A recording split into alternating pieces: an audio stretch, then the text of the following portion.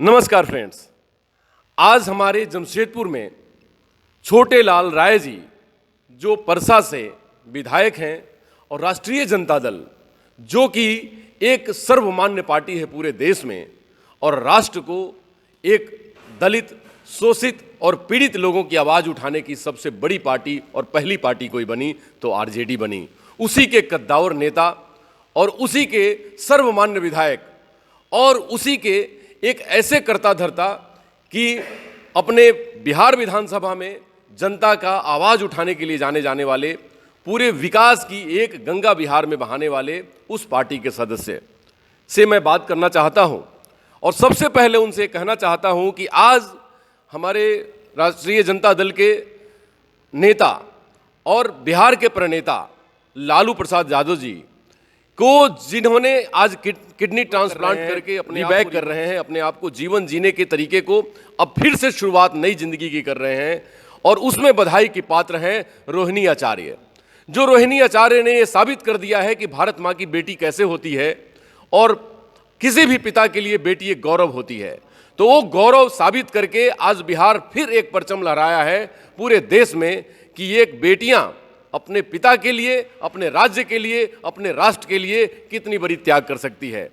तो मैं आज विधायक जी से जानना चाहता हूं कि रोहिणी आचार्य ने जो अपने पिता को किडनी का दान दिया है, तो एक बाप अपनी बेटी को दान करता है, कन्यादान जिसको हम बोलते हैं, लेकिन आज बेटी ने साबित कर दिया कि हम पूरे बिहार राज्य के साथ हैं, बिहार के उस नेता के साथ हैं और आखिरकार मैं अपने पापा के साथ में हूं। तो उस भाव में आप क्या कहना चाहेंगे? रोहिणी को कैसे बधाई देंगे आप? ए भाई, वो जो बेटी रोहिणी ने जो काम किया है जी, सब लोग नहीं कर सकता है जी, और वो बधाई के पात्र के साथ साथ जी, हमारे जो आदरणीय नेता हैं जी, लालू जी, जी, इनको बचाने और फिर से पिछड़े समाज को, अति पिछड़े समाज को, दलित समाज को, अब तो हम बोल रहे हैं कि सभी जाति की जी, जो लेके चलने का उनमें सोच था, जी, उसको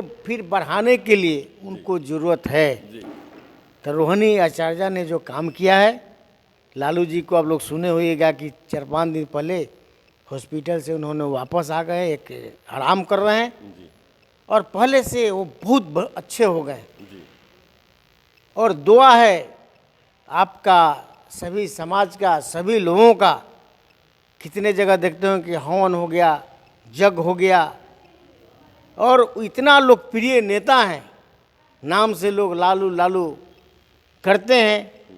तो लोकप्रिय नेता के लिए रोहिणी ने जो काम किया है, बाप बेटी का संबंध, ये साधारण काम नहीं है। और एक स्टेटमेंट हम उनका देखे थे कि दी कि भाई ये मांस का एक टुकड़ा है, जी, हम अपने पिताजी को बचाने के लिए एक मांस के टुकड़ा को हम यूज कर रहे हैं और यही हम भगवान से विनती कर रहे हैं कि हमारे पिताजी फिर से उस रूप में आए जो रूप में पहले थे।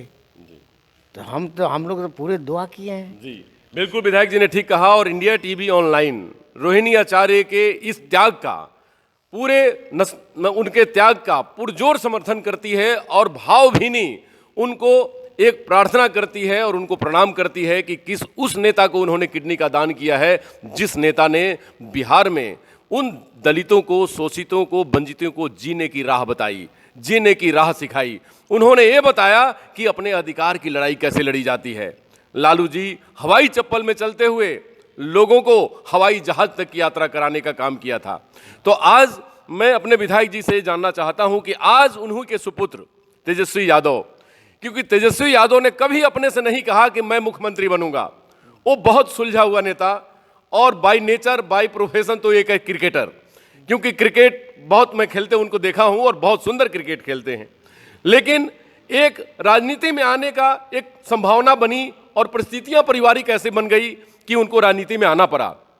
राजनीति में आने के बाद कभी भी उनके जुबान से नहीं हुआ कि मैं मुख्यमंत्री बनूंगा या देश का कोई और बड़ा सर्वमान्य पोस्ट पे जाऊंगा।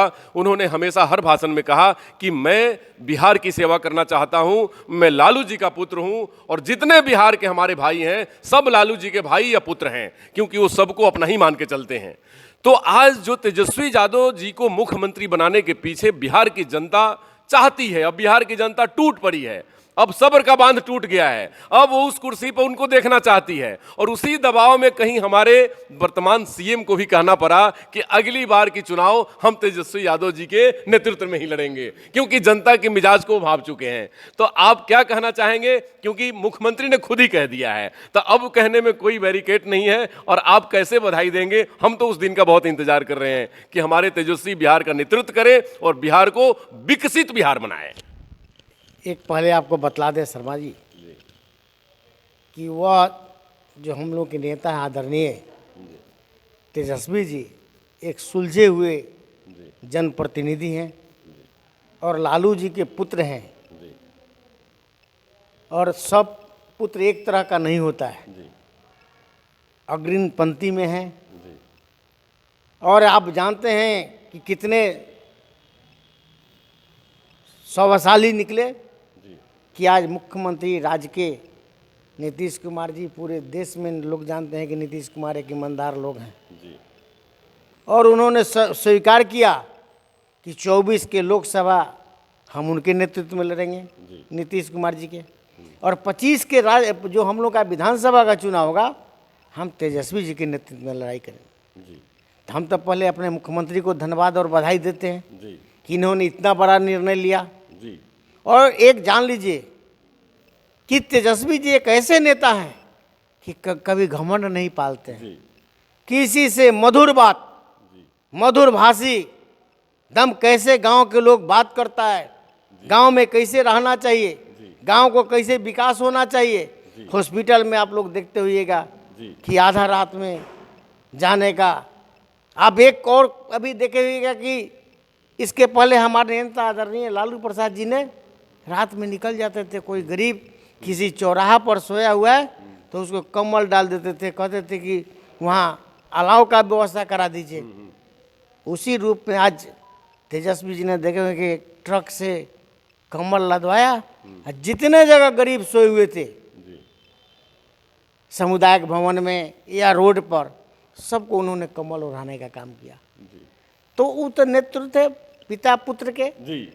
कैसे होता है भाई, पिता उनके किस ढंग से आज कहाँ है दूसरे देश में, लेकिन सब लोग हवन यहाँ कर रहा है कि हमारे नेता कब आएंगे इस देश में। बिल्कुल। तो देखिए पिता पुत्र का एक लक्षण होता है और उसमें अग्रणी हम लोग के नेता हैं तेजस्वी।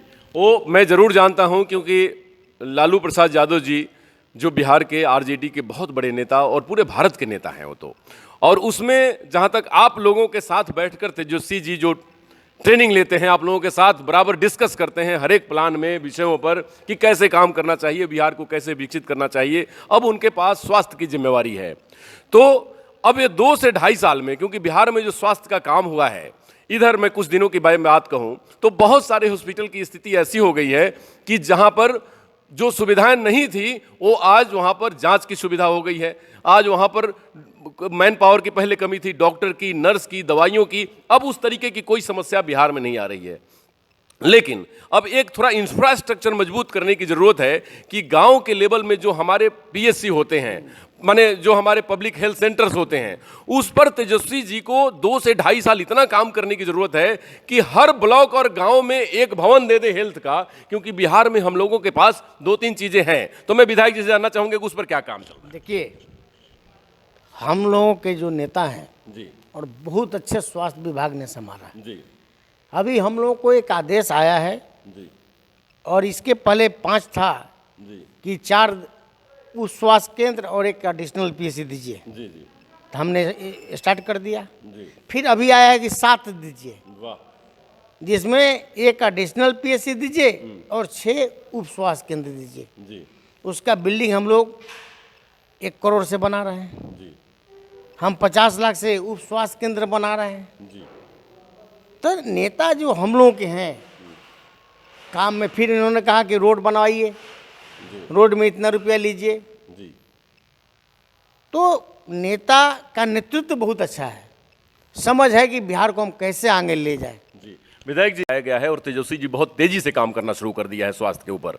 दूसरी चीज़ कि अब थोड़ा सा अब हम लोगों को क्योंकि रिसोर्सेस की कमी है बिहार में, क्योंकि हमारे पास बहुत सारा इंडस्ट्री नहीं है और एग्रीकल्चरल बेल्ट है हमारा, तो जो भी विभाग हमारे पास बचता है वो है फूड प्रोसेसिंग का, टूरिज्म का, हमारे पास विभाग बचता है शिक्षा का, क्योंकि शिक्षा में अगर हम बड़े बड़ी यूनिवर्सिटीज़, क्योंकि हम पटना विश्वविद्यालय की बात करें, नालंदा की बात करें अपना, तो ये सब हमारा धरोहर रहा है और ऐसा धरोहर कि विश्व के लोग वहाँ पढ़ने आते थे।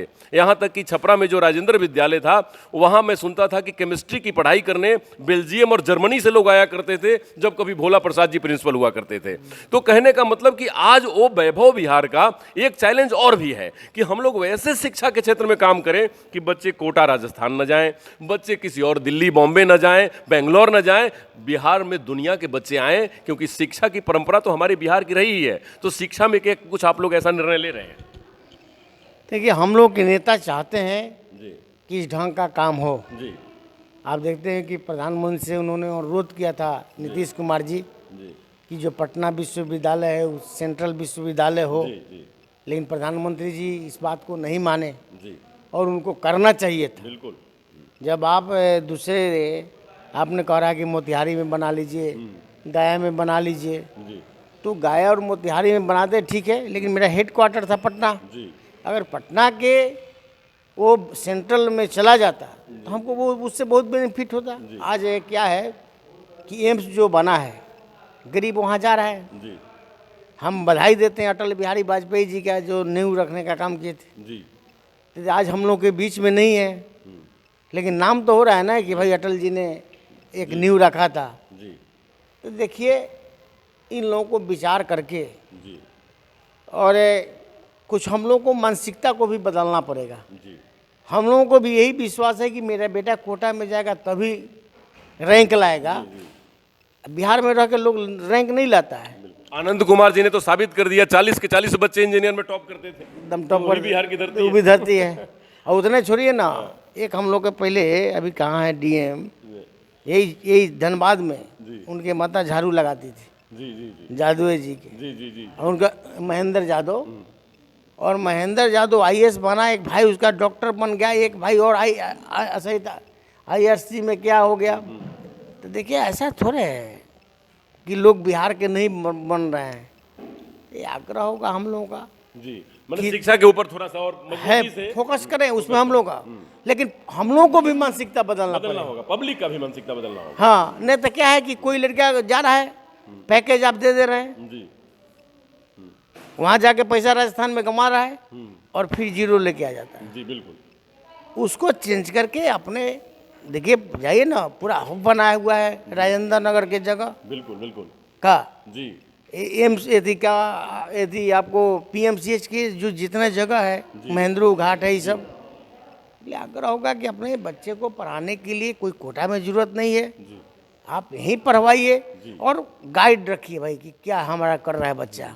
कोविड के बाद तो विधायक जी हर गार्जियन को पता चल गया कि हमारी बिहार का वैभव क्या है, क्योंकि बिहार में वो चीज़ देखने को मिला जो पूरी दुनिया उसका नतमस्तक है कि बिहार ने जो सेवा दिया। आप लोग रोड पर 24 घंटे उतरकर जनता को पैदल चलते हुए को बस में, ट्रेन में, और मुख्यमंत्री जी और हमारे तेजस्वी जी और आरजेडी के नेता अपने पैसे डाल डाल के टिकट करवा के हवाई जहाज से लोगों को मंगवाते रहे।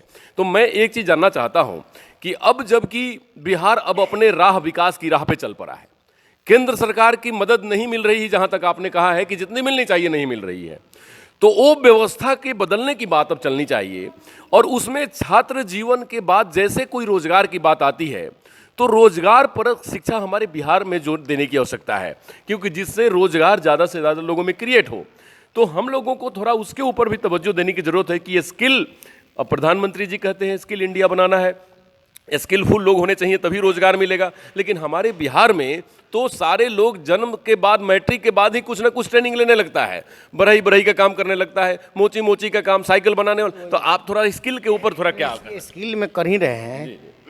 हमारे जो नेता हैं तेजस्वी जी, जब हम लोग 2000 के इलेक्शन लड़ रहे थे तो हमने कहा कि 10 लाख लोगों को रोजगार देंगे, नौकरी देंगे। लेकिन जब पार्टनर हमारे बने आदरणीय नेता नीतीश कुमार जी, उन्होंने कहा कि हम 20 लाख लोगों को देंगे। आप देखिएगा कि बिहार में जितना वैकेंसी है पूरे देश में नहीं है। और जो पैटर्न नीतीश कुमार जी ने स्टार्ट किया कि हम गांधी मैदान में खड़ा होकर सब लोगों को नौकरी का कागज देंगे। आज देश के प्रधानमंत्री को बाध्य होके वो काम करना पड़ा जी कि 80,000 की कितना लोगों को नौकरी उन्होंने दिया है। जी तो देखिए हम लोग तो हर चीज़ में हैं, लेकिन पैसे एकदम सुंदर सुंदर बात कही विधायक जी आपने कि बिहार से ही शुरुआत होती है। आप निर्णय लेते थे, मैं कोविड में सब लोग देखते थे कि कोई भी निर्णय बिहार सरकार जैसे ली 4-5 घंटे के अंदर में सारे राज्य केंद्र सरकार उसको कॉपी करना शुरू कर देता था कि हमको ऐसा काम करना चाहिए। तो आप जैसे कि स्किल के ऊपर या रोजगार देने के ऊपर मुख्यमंत्री जी ने काम किया है या उसके ऊपर बहुत सारा काम किए जा रहे हैं और पाइपलाइन में भी हैं, लेकिन जो बिहार में अभी हमको ऐसा लग रहा है कि थोड़े दिनों के बीच में कुछ लोग जो कि बिहार के सरकार को डिस्टर्ब करने की कोशिश कर रहे हैं, कुछ ऐसे तत्व हैं कि जो सरकार को बदनाम करने की हर हथकंडा यूटिलाइज कर रहे हैं। उसमें ये बीच में जो सारण में हमारा दुर्घटना हुआ और हमारे परिवार से 250-300 लोग हमारे बीच नहीं रहे, वो भी एक हमको तो ऐसा लगता है कि उसमें भी जांच करने की आवश्यकता है, क्योंकि वो भी एक साजिश की बात हो सकती है, क्योंकि राज्य सरकार को बदनाम करने का तो पूरे षड्यंत्र चल रहा है। क्या उसमें कहेंगे आप? नहीं, बात आपको एकदम 100% है कि उसमें हम जब रोक लगा दिए हैं कोई चीज़ का जी कि आप पीना नहीं, आप नहीं पीना और आप ज़बरदस्ती पी रहे हैं, जी तो या तो हमारा विरोधी हो सकते हैं, जी विरोध में काम कर सकते हैं। जी तो इसीलिए ना हमारे मुख्यमंत्री का स्टेटमेंट आया भाई कि पियोगे तो मरोगे। क्यों पी रहे हैं? जब हमारा तरफ से रोक है कि इस काम को मत करिए। नहीं करिए।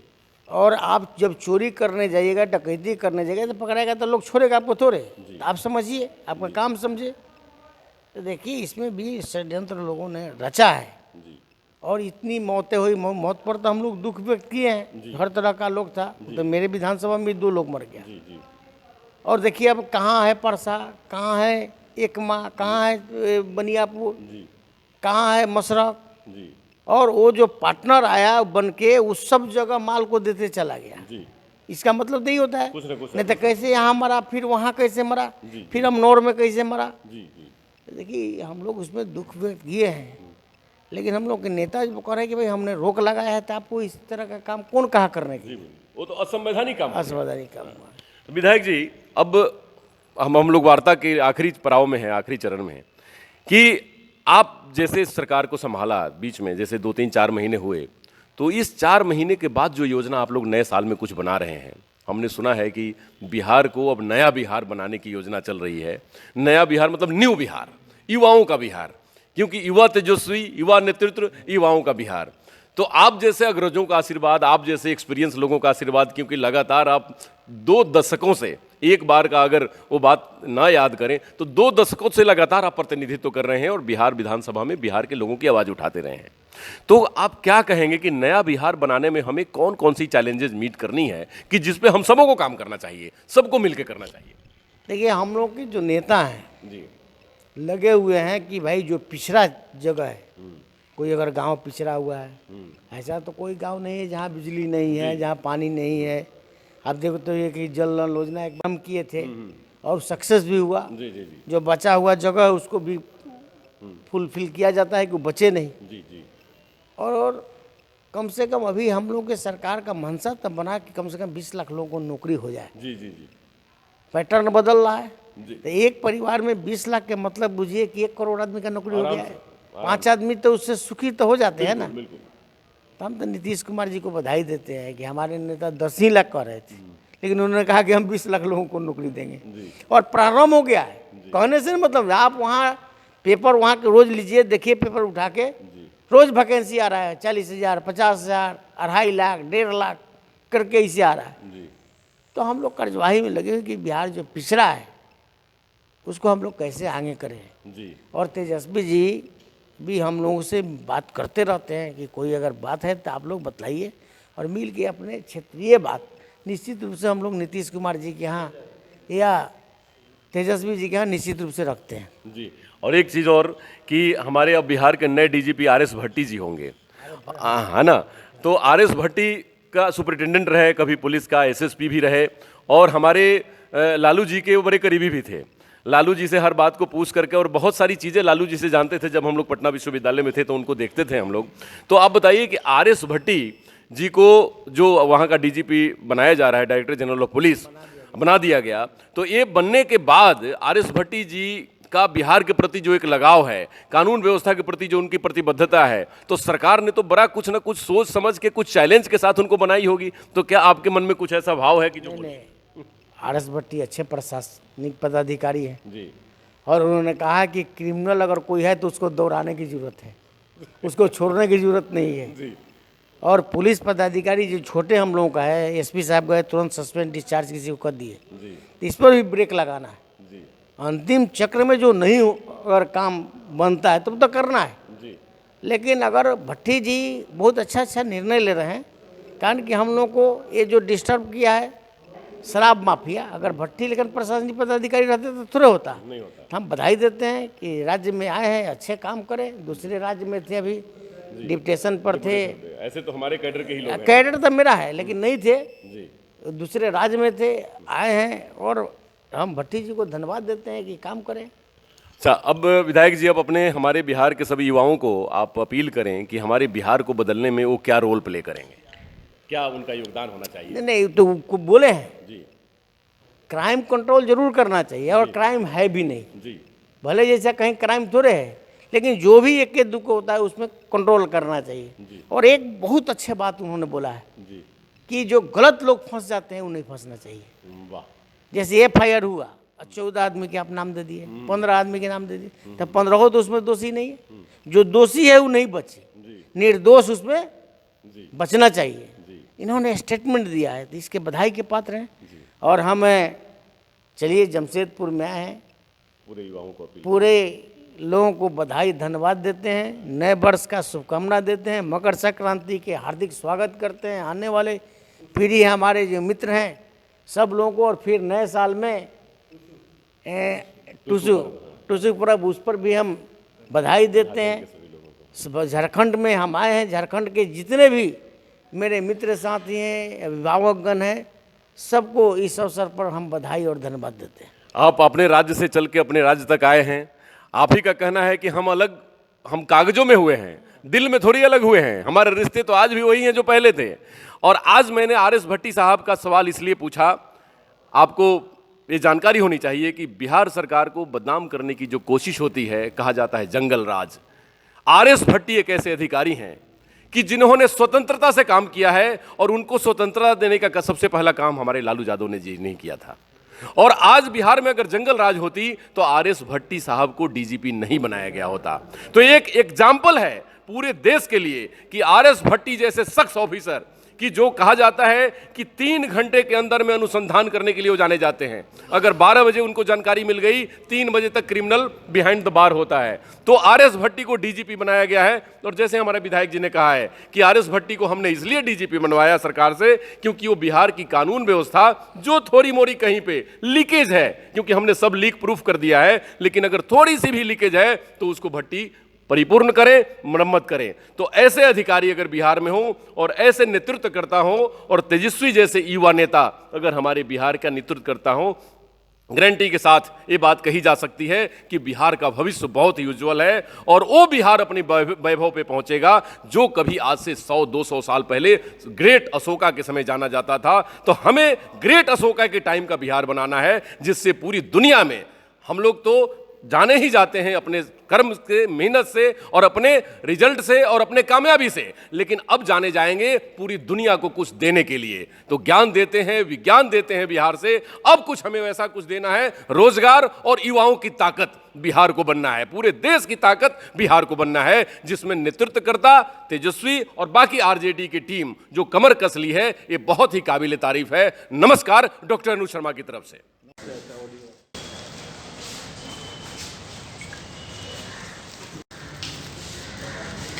आ गया।